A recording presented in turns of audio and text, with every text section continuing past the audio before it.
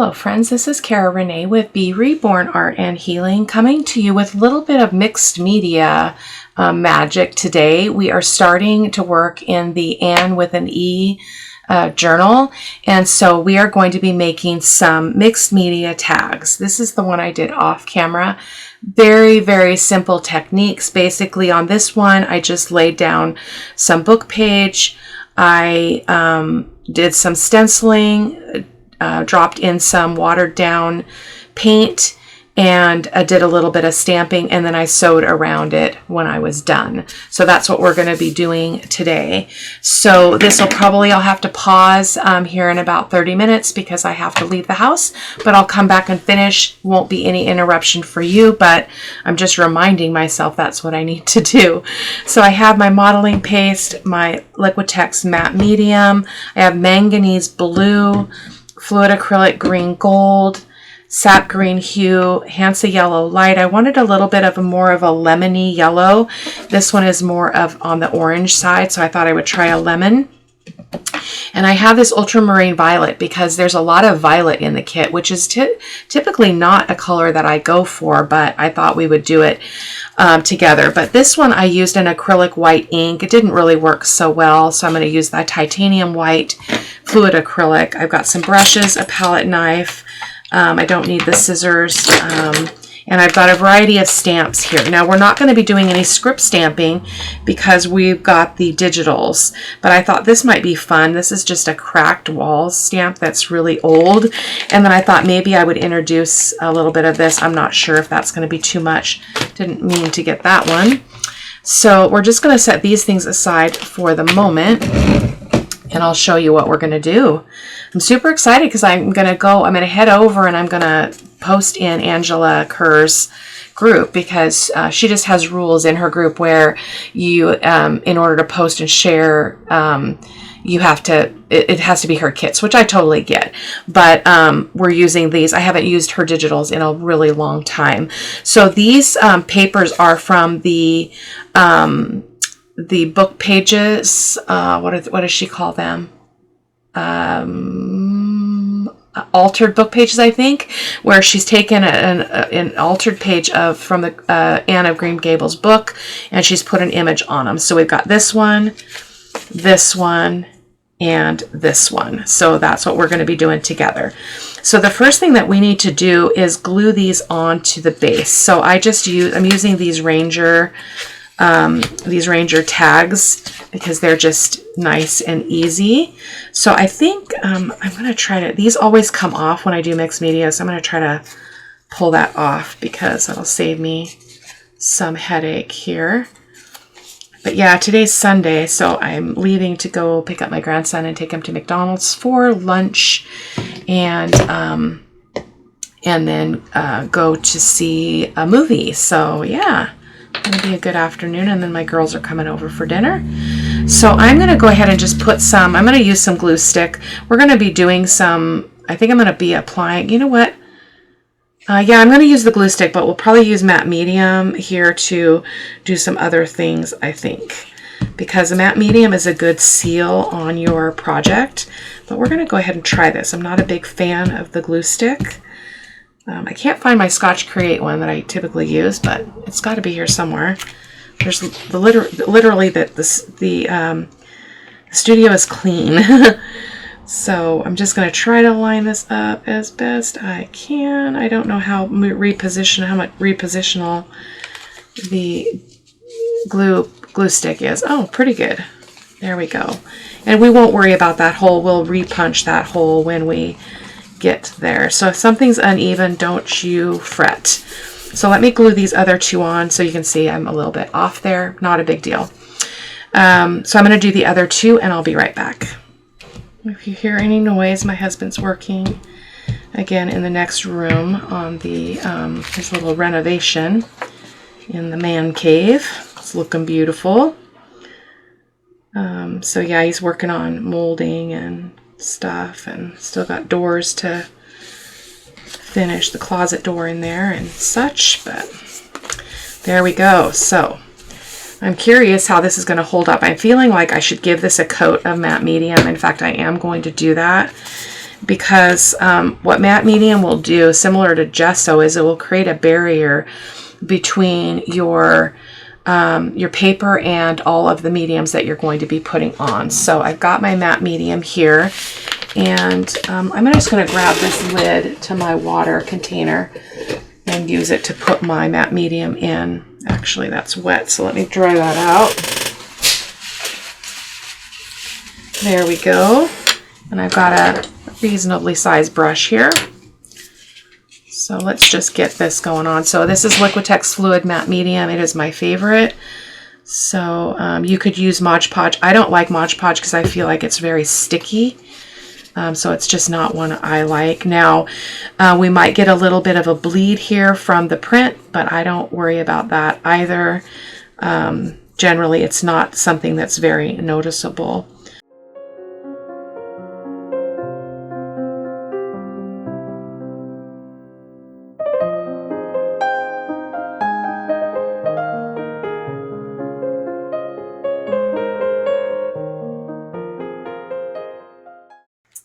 Okay, I forgot to mention I printed this paper on 32-pound paper, I believe. So there we go.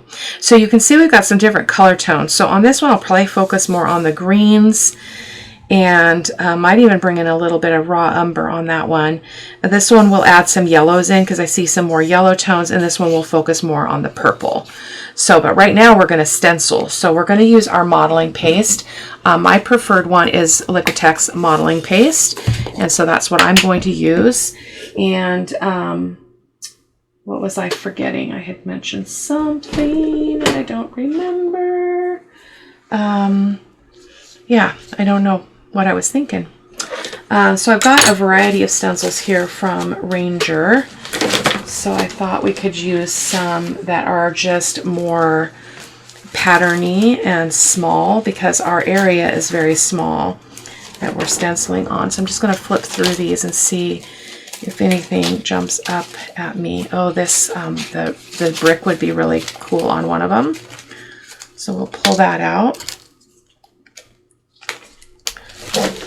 And you don't want anything too big. This circle one would be really nice. Just tiny dots. And then this other pattern also. This stencil is absolutely fantastic. I used it on some mixed media tags for a winter journal last year, and oh, it was the bomb. It was the bomb. I feel like this one might be pretty on the bridge one. So there we go. So you can use whatever stencils you have. You don't have to use what I'm using. So let's see. Let's see, what do we want to do? I also was thinking I wanted script, but I don't know that we need to have script. I wonder if we have anything in here that's scripty, because we've already got a lot of script on the base. So I think we're going to forego the script. Unless I've got something in here. My apologies, guys. I already looked through this one, didn't I? Didn't I? Oh, this one's nice too. I think I prefer these circles to the other one. Yeah, we're just going to go with it. We're not going to do any script because we've got a lot of script in the background with the pattern paper. So I was thinking this one would be pretty with the roses. So let's start with that since I've got it in hand. So I'm just going to line this up kind of here at the top. And I'm not applying this stencil everywhere.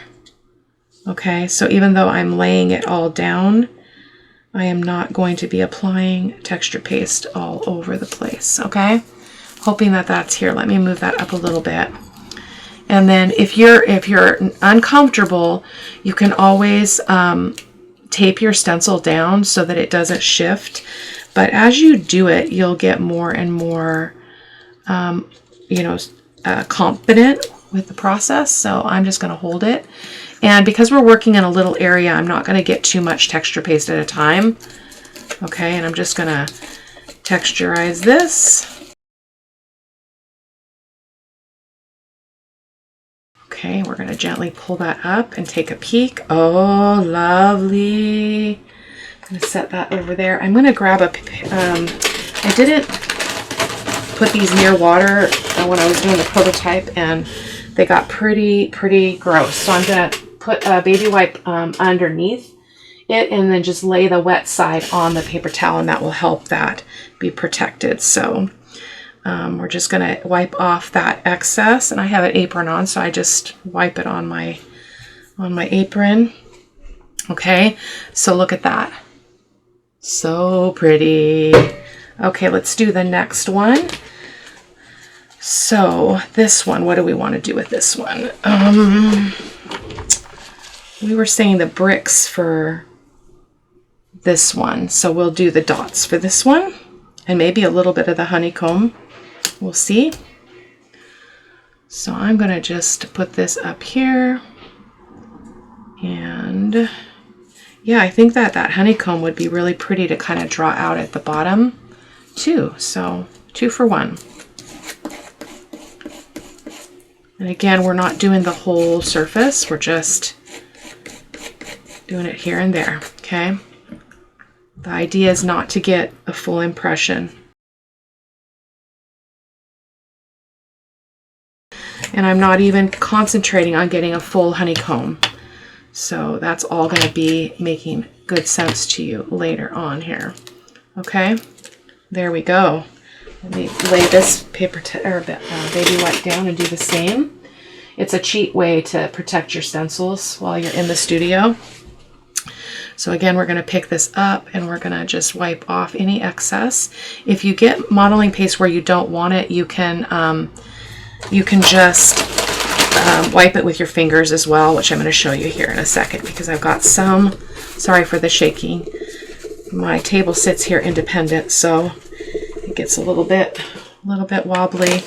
So I've got just some pieces that I don't like right here. I've got just a partial, and I've got a partial right there. And so you can just kind of wipe it up. You don't need a wet wipe, but it does make it kind of easy to do. There we go. So we've got some beautiful texture there as well. So very, very fun. So let's set that one aside, and we're going to do the last one. Probably not a good idea to set this on wet, though. Give me a paper towel. Okay, there we go. And let's do the last one, and I think I'll break and we'll let these dry, and I'll come back later. Obviously, again, you will not notice a difference because it'll just be a page turn for you. So our last one is the bricks. I think this would be really pretty on this design. So now the cool thing is you'll be able to see this the text through the modeling paste, which is really, really cool. So I'm just going to hold that there. The spaces here are a little bit bigger than our other ones, so I'm going to be very careful. A little bit down at the, oh, that's the wrong pattern. You know what, that's going to be okay. We're just going to use it since I started it. I wasn't paying attention to that was different than the brick, but that's okay. It's more like a cracked wall.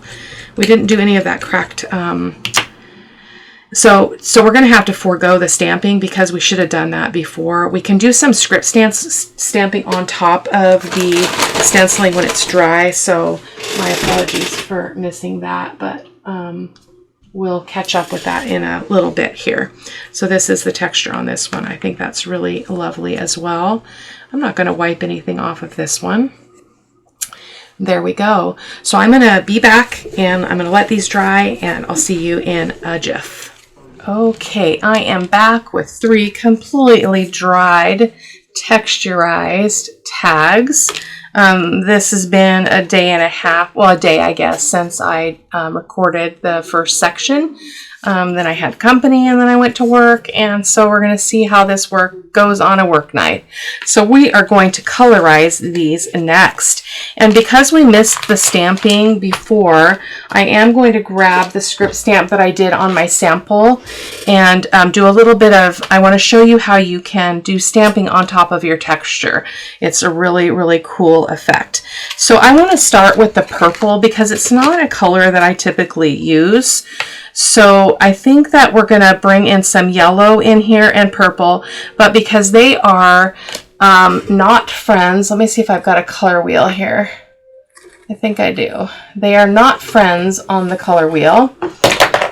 They are opposite on the color wheel. So purple and yellow are opposite. So that means if they mix on your project, they're going to create mud.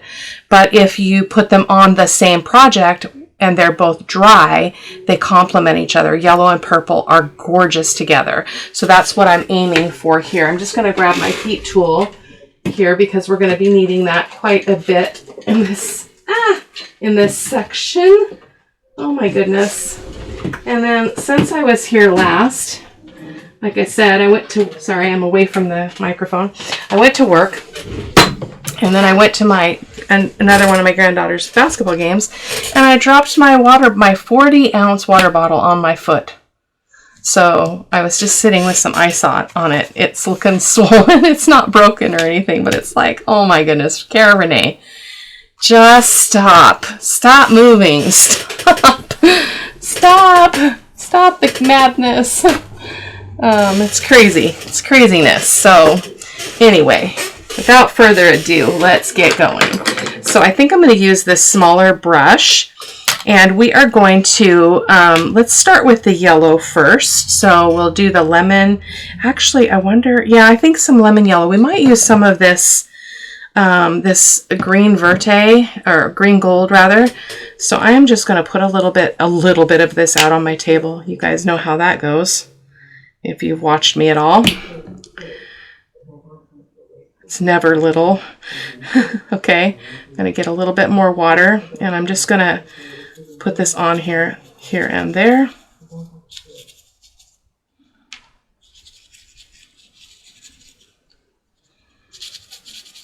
Okay, and I'm going to go right in with the verde, or not. I keep calling it verde because on the bottle it's overt. So let's go ahead because we need to tone that down. That's a little bit bright for me. It almost looks like a neon color, so I don't want that necessarily. So this is a much more subdued color. Oh yeah, but mixed together, that's going to be really beautiful. Okay, I don't want to lose all my opportunity in places for my purple, so I'm making sure that I leave some space for that in this project.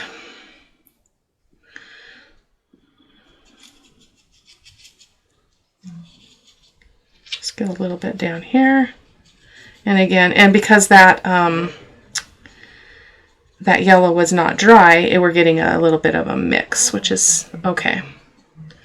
Going to put a little bit of darker passages here and there. I'm using golden fluid acrylics because they are my favorite. You could use a craft acrylic. You don't have to use the expensive stuff. So I'm going to dry this really quick, and then we're going to see what's next.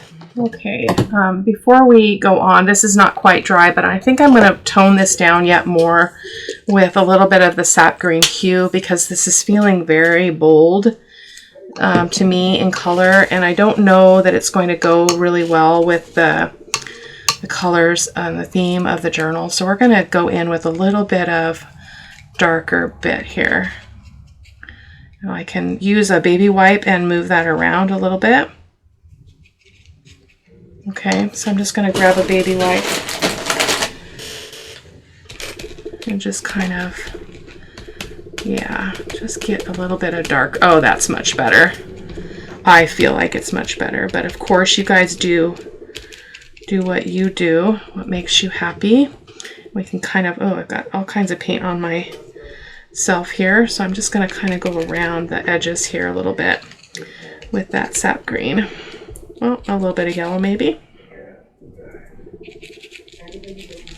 I don't want to overpower it though. At the same time, I don't want to make it super dark. Just like that. So let me dry this one more time. I'm going to go ahead and wipe this up, and then we'll come back with some of the ultramarine violet, which is a purple. Okay, I think that should be good. Let me just get this brush cleaned off a little bit. And we're going to use this ultramarine violet. It's very pretty. It's very, very transparent. So you can tell by the black lines, see how strong and dark those black lines are? That's showing the transparency level of this paint. It's very transparent, which is a great thing most of the time in my world. Maybe not in yours, but that's very, very, oops, I've got dirtiness in my brush here. Let me clean that a little bit better. Really don't want any of that yellow. Whoops. I don't want any of that yellow dirtying up my purple. So there we go. Okay, let's just spray a little bit of water right here. Oh yeah, that should be pretty. We're gonna go up in this corner.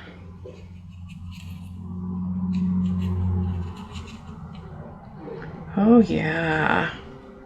You can kind of see like we're carrying that color down here in this corner. Very pretty indeed. I like that. I almost want to get some of that purple in between some of that honeycomb. It's really pretty. Let's get a little bit more up here. I might dab some of that off. It's pretty bold, but we'll see. Feels like maybe that's not quite dry because we're getting a little bit of mud up there, but that's okay. I'm gonna go in with a little bit more direct and thicker, not diluted down.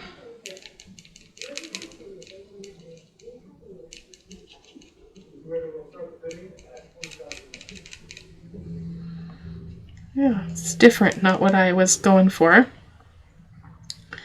It's okay, we're just playing. I like that though. I like that yellow and purple together. So I'm going to use this paper towel and just kind of dab a little bit. See if I can control some of that color. I feel like it needs to be darker up here or something. Something needs to happen there.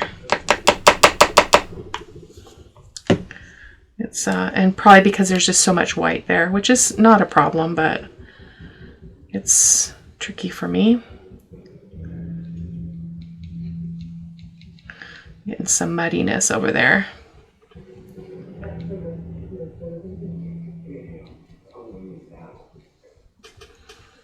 A little bit more purple in here. I think we are good. So we've got that yellow and we got that very, very bold purple.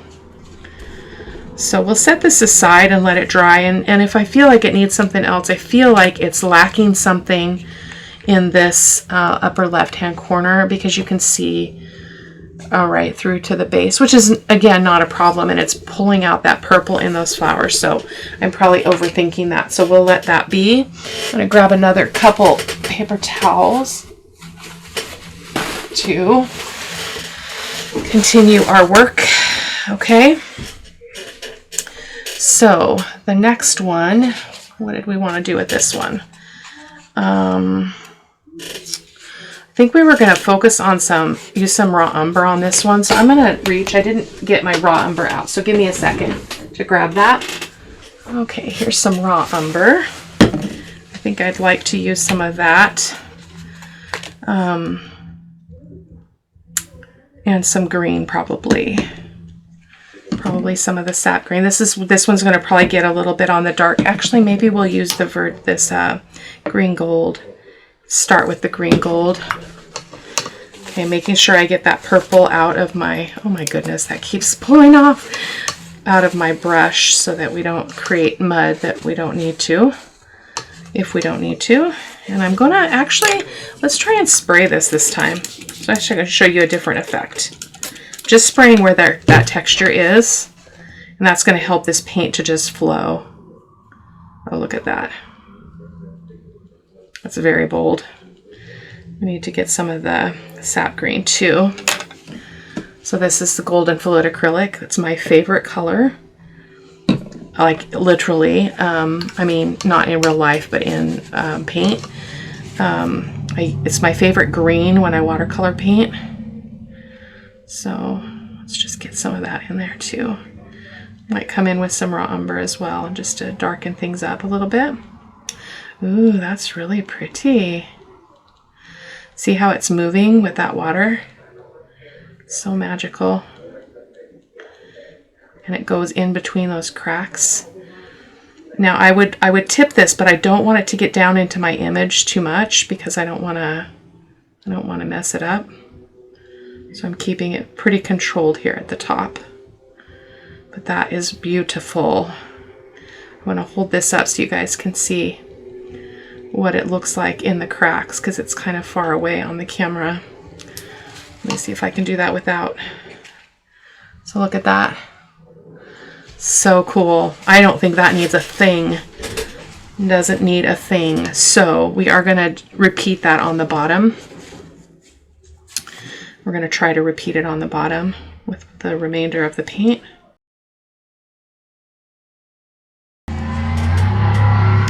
Actually, this is running a lot, so I'm going to try to dab some of that off. Just like that, just to keep it from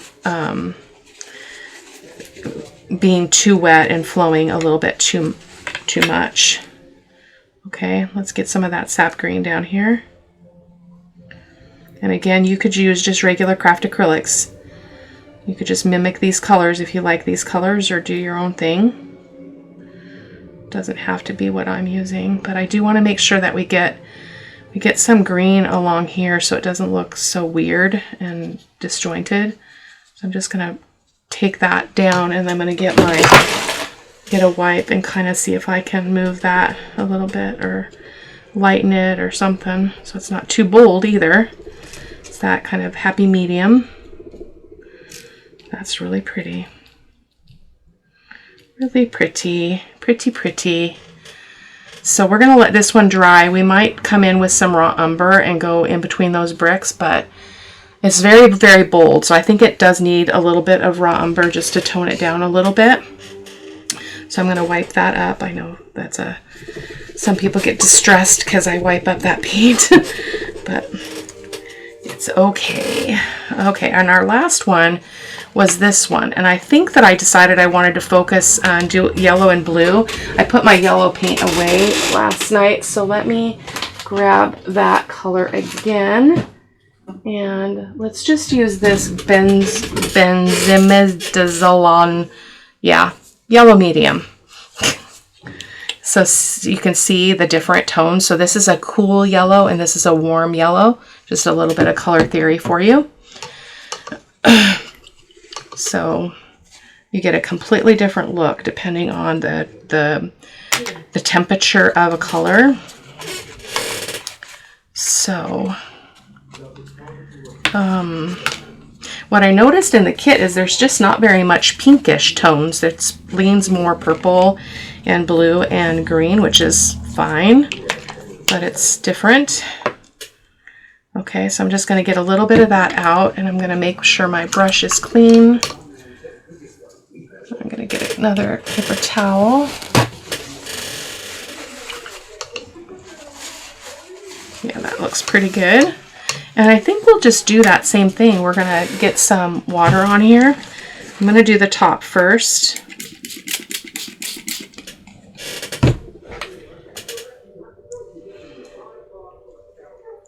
So pretty. I love how it moves. Now if you're using regular craft acrylic, you're not going to get this same effect because this is a fluid.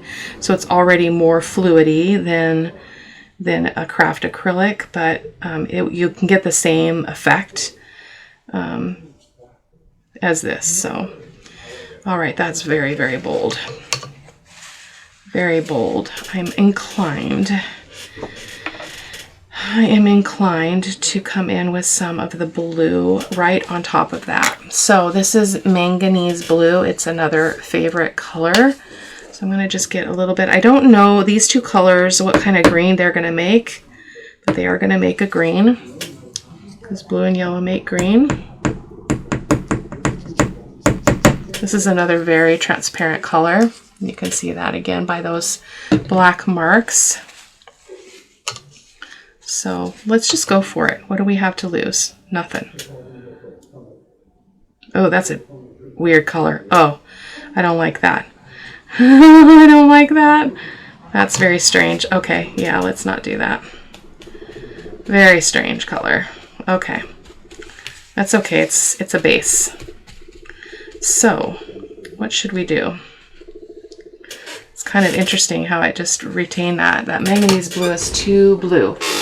It's too blue. Let's see what else we've got over here. Blue is a hard one. I don't have a lot of blue choices. Oh, I do have ultramarine. That might work better. Let's try that. Oh, it's not even open yet. We're just playing, guys. Not looking for perfection. It's not a, you know, it's not a work of art that's going to go in a, you know, in a gallery somewhere. Okay. This seems very purple in this bottle. Ultramarine is a very blue. It's a, I believe that ultramarine is a cool blue. So, let's just do something here. Let's quit talking. You may regret this. We're gonna go in with the yellow. I'm not liking this at all. Oh, there we go. There we're getting some green. Okay, that was the right tone. Okay, we're gonna just end up with a lot of green here.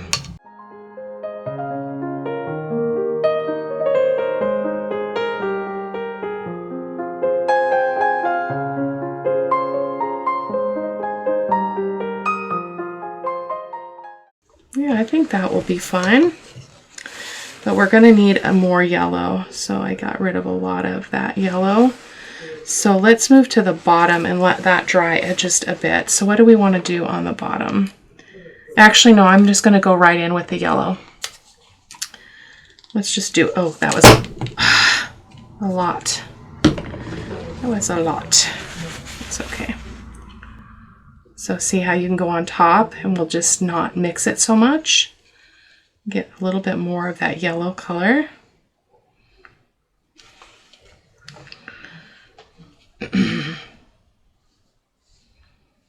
So, you know, my advice to you at this point is that, and my advice all the time, my take on this is that the process is more important than the product.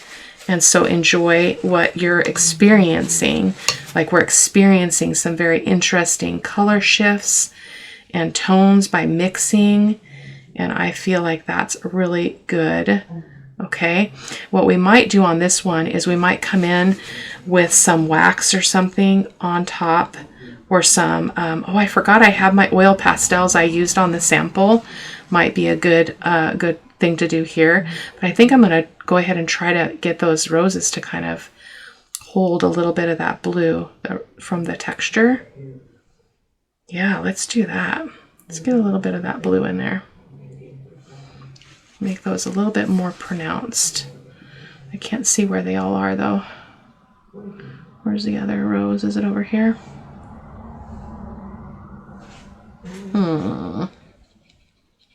Somewhere in there. Okay. So let's go down to the bottom. So I'm going to go ahead and spray that as well. And let's just start with the yellow. We're going to probably get some kind of muddy, weird mixes because we've kind of mixed these colors on the table here a bit. But we're just going to drop this in and see what happens. So see how that flows. I just love that magic. It reminds me of watercolor, which something that I love about watercolor is the way that the paint and the water behave and how they kind of dance together and make really beautiful, beautiful things. So there's a lot of blue in the kit, so I think we're going to be okay being kind of bold with this blue. So I'm hoping anyway. I'm hoping. But I won't regret it. It's just a tag though, guys. It's not the end of the world. It is a tag. That ultramarine is working out well, so I'm going to get a little bit more of that. And then I do want to get more of that on the flower here. So see how we're kind of catching that color in the layers of the texture of those roses. That's working well. A little bit more in here. Here.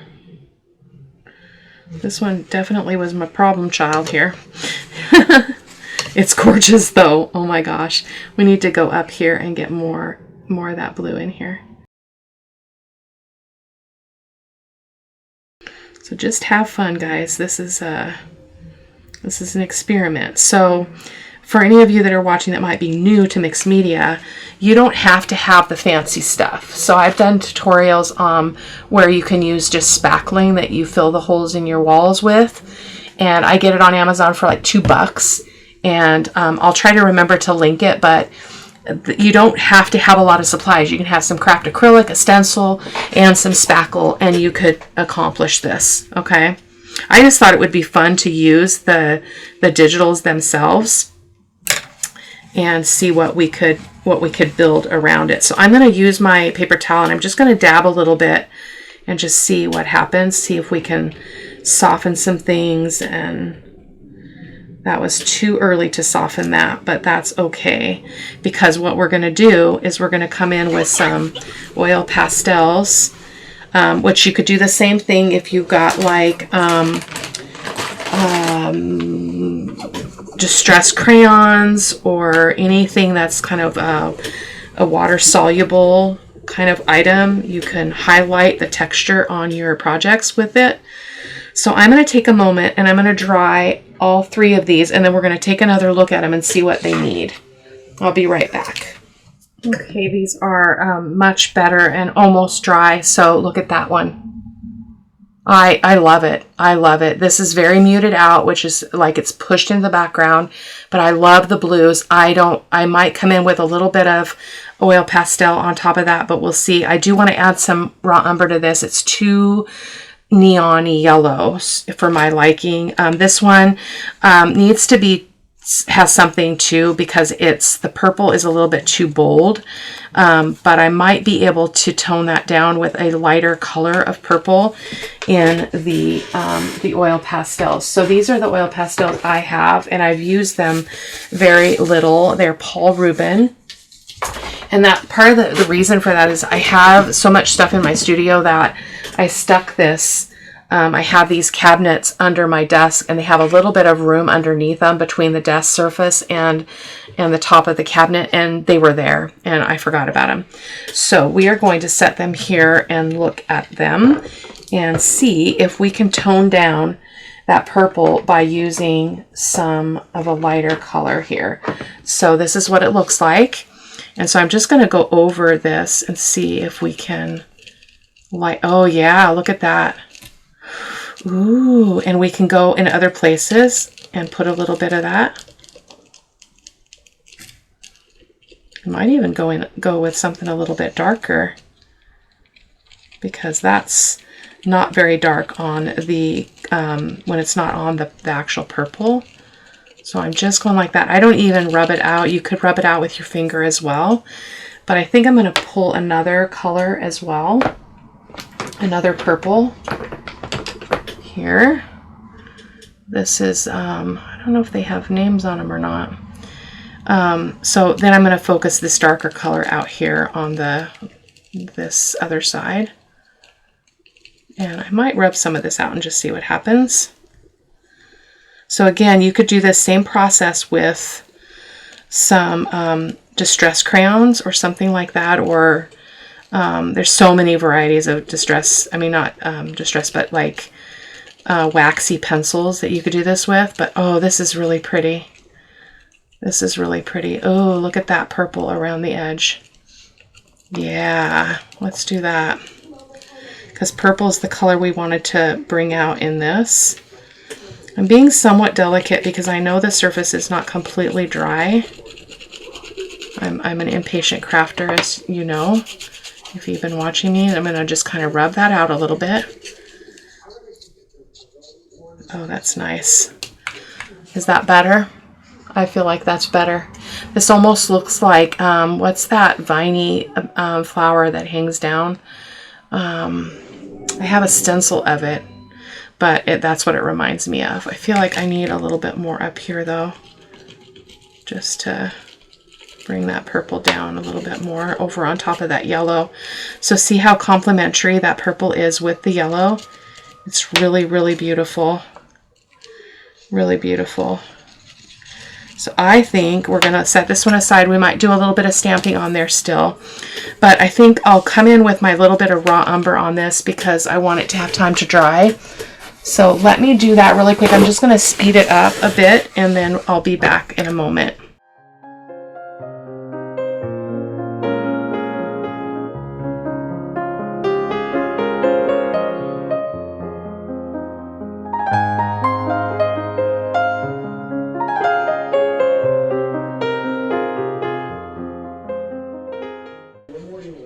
Okay, so we're going to set this one aside. I like that a lot better. It's a little, it's more grungy than I had intended to go in things for this journal, but I feel happier with that. So we're going to let that dry a bit and then we'll come back to it. So this one, trying to decide what I want to do, if I want to come in and bring in some lighter blue on top of the that darker blue. So I think that's what I'm going to shoot for here. So let's look here and see what we have that might go with that. This looks like a good match. Sorry, you guys cannot see that. Let's try this and bring in some lighter. Why is my fingers all wet? What? It's the oil and the oil pastels. I hope it doesn't get on my jeans. Have a problem. Okay, so we're gonna just go like that. Oh my gosh. Oh my gosh. I'll show you this up close here in a second. Oh my gosh. I need to use this in a mixed media project for sure. These pastels, or these pastels. Wowza. Okay. And you know what we can do? Let me see if I got all the flowers and I'll hold it up for you. The rest of most everything else is leaves. But look at that. Look at how that makes those just pop out. Oh my gosh. Oh my gosh, this is so good. Okay, so shall we come in with a little bit of green and highlight some of the leaves? Shall we? With a green oil pastel? Let's do it. I don't know how much it's going to show because it's all green under there, but we'll do it and see what happens.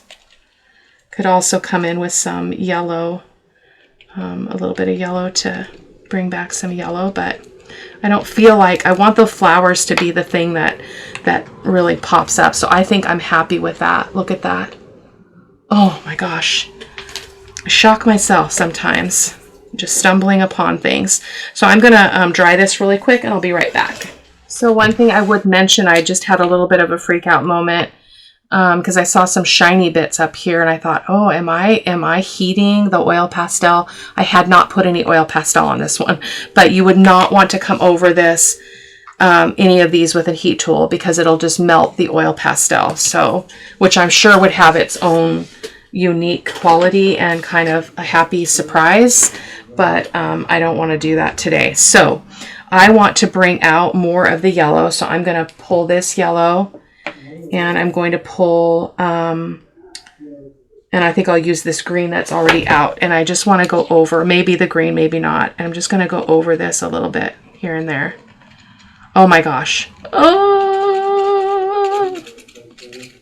this is so amazing. Oh my gosh. Art is so amazing, you guys. Playing is the bomb. Like, I haven't done this before, like not this way. So I do a lot of layered textured work, but I always go grungy and I always have my go-to things that I do. And this was definitely different for me and I am loving it. So I'm rubbing that oil pastel on the edges of that texture and I'll hold this up so you can see what's happening. This does get a little bit dirty, but don't worry. Now I've got some white texture paste showing, so I'm going to try to colorize that a little bit. I don't care for that. So I'm just going to see if I can get some color on it a little bit. Oh my gosh, this is so cool. And again, I'm just rubbing it, and it's just going to catch where it wants to catch. And it's going to bring back that yellow that I really loved. Okay. And so this is what it looks like up close. Look at that. I hope you guys can see it. I'll take close-ups of photos so you guys can see that section. So I might put some quotes and words on these. I'm not sure what I'm going to do, or if I'm going to put anything. I don't know what I'll add to it, but I wanted to show you mainly the technique. But I am going to go around this with this green oil pastel. And I'm not sure how these are going to behave in my journal though. So I may have to seal these tags because I'm thinking that the oil pastel might be a problem. So I think I'll seal it with a varnish of something, or maybe even just some matte medium. And then I wanted to mention something that I did not talk about, is that normally when I do mixed media work, I would protect this. We put matte medium on here because we glued the paper on, and then we did we did cover it with matte medium. You would want to make sure that this was not just the raw paper. Otherwise it will, it doesn't have a great look when you do that. So I'm going to bring some yellow down. I've got some texture here I'm not caring for that's not very pretty. Just rub that out a little bit. But that is that. I love it. So those are our 3 tags. I'm super happy with them. I will probably go over this with a layer of matte medium because I don't think the matte medium will disturb the oil pastel, but it will act as a sealant, and we definitely need that. I don't necessarily want to spray anything, like spray something heavy on the images, because I think it might affect them. So I think we're going to call it a day, and I don't know what I'm going to do for toppers. I might just